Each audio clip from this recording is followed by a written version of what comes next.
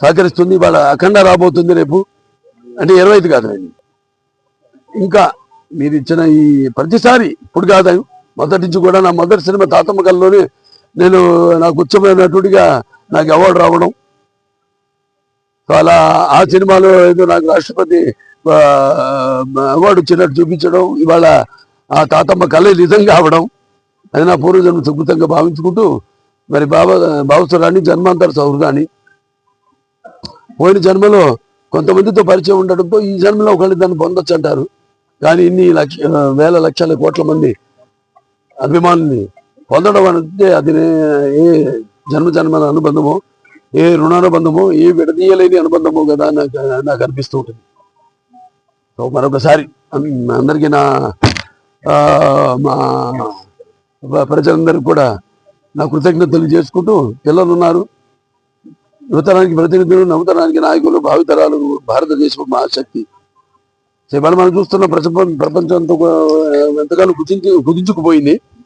Instagram వల్ల అయితేనేమి, వాట్సాప్ల వల్ల అయితేనేమి, ఫేస్బుక్ల వల్ల అయితేనేమి, ఈ సోషల్ మీడియా వల్ల అయితేనేమి.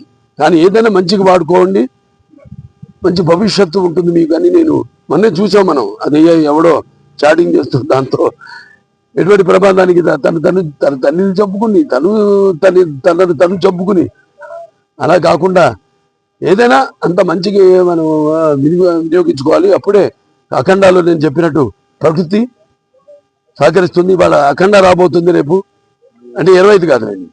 సినిమా డేట్ చెప్తాం, డిసెంబర్ మొదటి వారంలో వస్తుంది.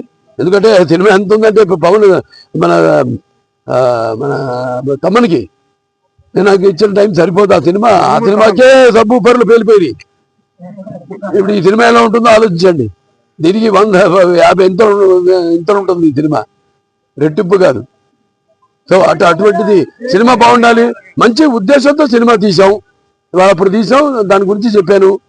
ఇప్పుడు ఈ సినిమాలో సనాతన హైందవ ధర్మం గురించి, మన హిందూజం అయితేనేమి, మన హైందవ సనాతన ధర్మం అంటే ఏంటో, అంటే ఒక కులానికి ఆపాదించకుండా అసలు సమాజం గురించి ఈ సనాతన హైందవ ధర్మం అంటే